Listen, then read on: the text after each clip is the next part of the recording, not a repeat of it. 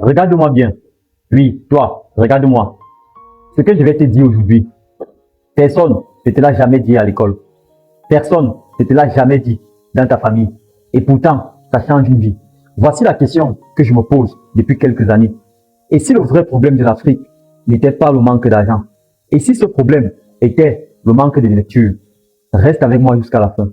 Ce que tu vas entendre aujourd'hui va peut-être tout changer. Si tu me découvres au travers de ces vidéos, je suis Ndombolo, ingénieur de conception, enseignant également dans les établissements d'État du Cameroun. Je suis également auteur de 3 ouvrages, dont le plus connu est de 0 à 100 livres en un an. La méthode pour lire davantage, mieux retenir et ne plus jamais oublier. Ne dis donc pas que un exemple vaut 1000 mots. Pour planter le décor, imaginons une scène. Un jeune homme, costume impeccable, sourire éclatant, il reçoit son diplôme sous les applaudissements de sa famille. Ce jour-là, il a refermé son dernier livre et il ne le rouvra plus jamais. Ce n'est pas une fiction, c'est une réalité, celle que vivent des millions de jeunes Africains.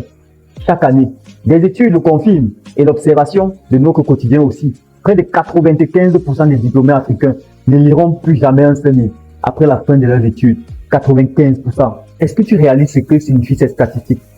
Tu connais peut-être quelqu'un dans ton entourage, c'est peut-être toi. Et si c'est le cas, ça n'a pas toujours été de ta faute. Mais aujourd'hui, on va comprendre ensemble pourquoi. Laisse-moi te présenter quelqu'un. Il s'appelle Léonard, ou peut-être que toi. Bac plus 5, intelligent, travailleur, à l'époque où il était étudiant.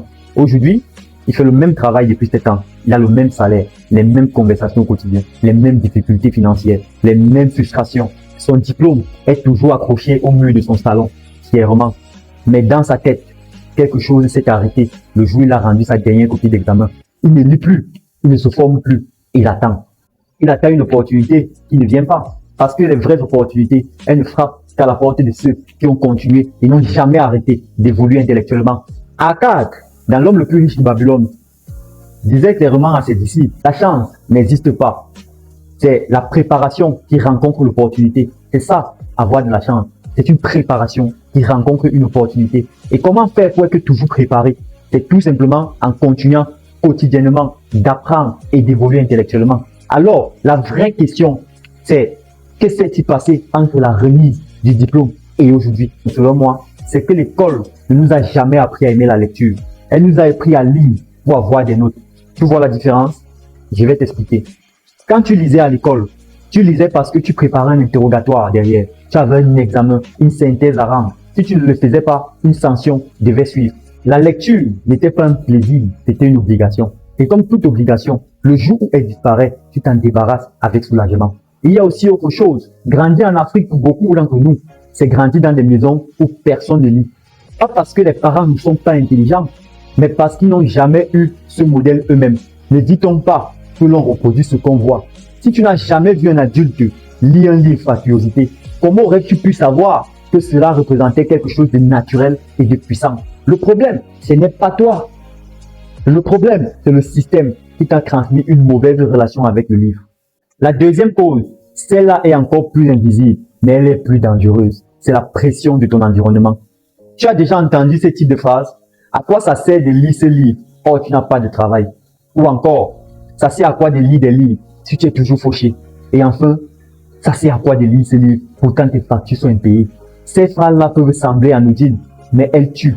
Elles tuent ta curiosité, elles tuent ton ambition intellectuelle. La réalité, c'est que ces personnes, tout comme toi, oublient que les personnes les plus puissantes sur cette planète sont des lecteurs acharnés, pas des rêveurs, que des bâtisseurs. Et Kerry James ne disait-il pas que si le savoir est une arme, soyons armés, excellons, afin que personne ne puisse nous ignorer. Maintenant, la bonne nouvelle, il n'est jamais trop tard.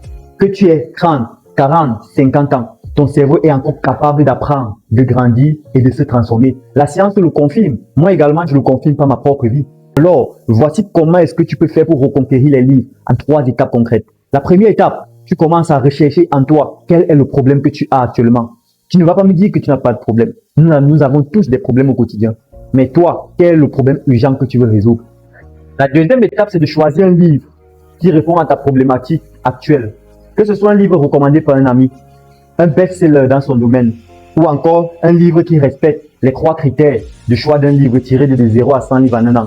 Tu vas choisir ce livre et tu vas lire 2 pages par jour. Pas 10 pages, juste 2 pages par jour. La troisième étape et l'étape la plus cruciale, c'est de rejoindre une communauté de lecteurs. Rejoins une communauté de lecteurs. Des gens qui font la même chose que toi, qui ont les mêmes difficultés, les mêmes frustrations au quotidien, mais qui ont le même désir, c'est-à-dire évoluer. On arrive au bout de cette vidéo et je vais terminer par là où j'ai commencé. Le vrai problème de l'Afrique n'est peut-être pas l'argent, mais toi et le livre que tu n'as pas encore ouvert. Si tu t'es reconnu quelque part dans toute cette vidéo, alors cette chaîne, elle est faite pour toi. Abonne-toi à la chaîne, partage cette vidéo à un ami qui a besoin également d'entendre ce message.